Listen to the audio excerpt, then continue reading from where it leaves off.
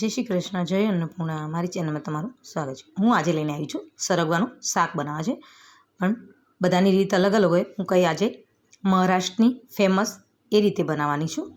તો આપણે અહીંયા સરગવો લઈ લીધો છે, એને કટિંગ કરીને છાલ ઉતારી લઈશું. બધા જ અલગ અલગ રીતે બનાવતા હોય છે, તો આજે હું મહારાષ્ટ્રની રીતે બનાવું છું. તો આપણે સરગવાને હવે ગેસ ચાલુ કરીને એક તપેલી મૂકી દીધી છે. હવે એની અંદર આપણે પાણી ઉમેરવાના છે અને સરગવાને આપણે બધો જ જે છોલીને રાખ્યો છે એને ઉમેરીને બફાવા દેવાનો છે. બધો સરગવો ઉમેરી એની અંદર થોડું મીઠું ઉમેરી દેવાના છે કે જ્યારે સરગવો બફાય તો એનું કડવાશ ન રહે.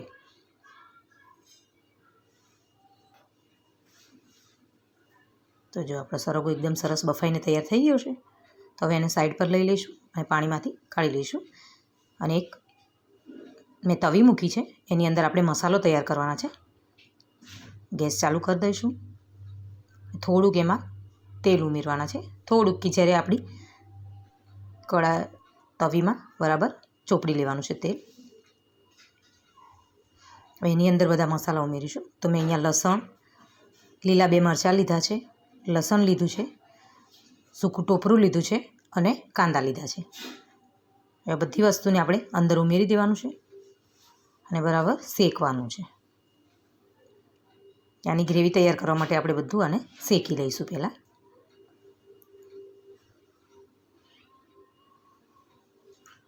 હવે થોડું મીઠું ઉમેરીને શેકાવા દેવાનું છે. જો સરસ શેકાઈ ગયું છે, તો હવે આપણે એને એક બાઉલમાં કાઢી લઈએ.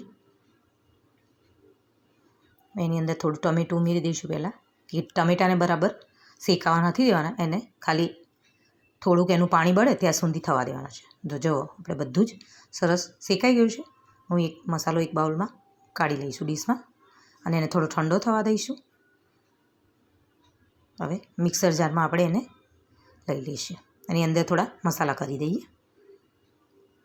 તો એની અંદર પહેલાં થોડું મીઠું ઉમેરી દઈશું, ધાણા જીરું ઉમેરવાનું છે અને લાલ મરચું ઉમેરીશું. થોડીક હળદર ઉમેરી દઈએ અને લાલ મરચું ઉમેરવાના છે. બીજું ગરમ મસાલો છે આ, અને આ મહારાષ્ટ્રીય ગરમ મસાલો છે. અને એની અંદર જે આપણું સરગવાનું પાણી છે થોડું ઉમેરીને આપણે એને બધો જ મસાલો તૈયાર કરી લઈએ. જો પીસીને તો સરસ તૈયાર થઈ ગયો છે મસાલો. તો હવે આપણે એનો વઘાર કરીશું.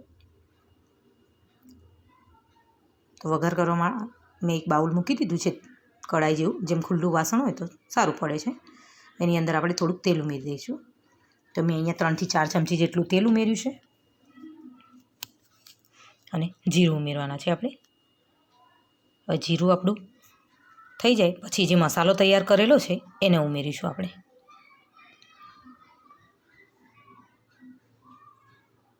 હવે બધો મસાલો આપણે મિક્સ હલાવી દઈએ. પહેલાં આ રીતે જો આ શાક બનાવીશું તો એનો ટેસ્ટ બહુ સરસ આવતો હોય છે.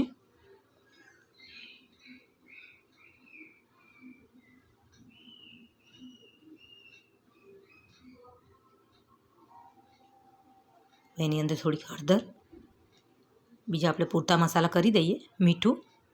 મીઠુંનું પ્રમાણ જે રીતે જરૂરિયાત હોય એ પ્રમાણે જ ઉમેરવાનું છે, કે બધી જ જગ્યાએ આપણે મીઠાનો ઉપયોગ કર્યો છે.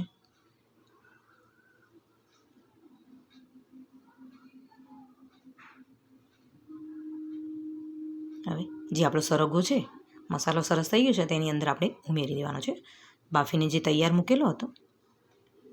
હવે એને ઢાંકીને આપણે 2 મિનિટ માટે થવા દઈશું. હવે જોઈ લઈએ. જો સરગવાની અંદર એકદમ સરસ મસાલો ઉમેરી ગયો છે. તો હવે એની અંદર જે આપણું સરગવાનું પાણી છે એ જ ઉમેરવાનું છે, કે એની મીઠાશ બધી આપણી અંદર રહે. જો બીજું પાણી ઉમેરશું તો થોડો ટેસ્ટ બદલાઈ જાય છે. હવે આપણે ઢાંકીને એને થવા દઈશું 2 મિનિટ માટે. તો જો એકદમ સરસ. હવે આપણે ચેક કરી લઈએ. થઈ ગયું છે શાક આપણું સરસ તૈયાર. એકદમ સરસ ગ્રેવી થઈ છે એની, એકદમ જાડી. હવે એની અંદર આપણે ધાણા ઉમેરી દઈશું અને એક બાઉલમાં એને હું કાઢી લઈશ શાકને.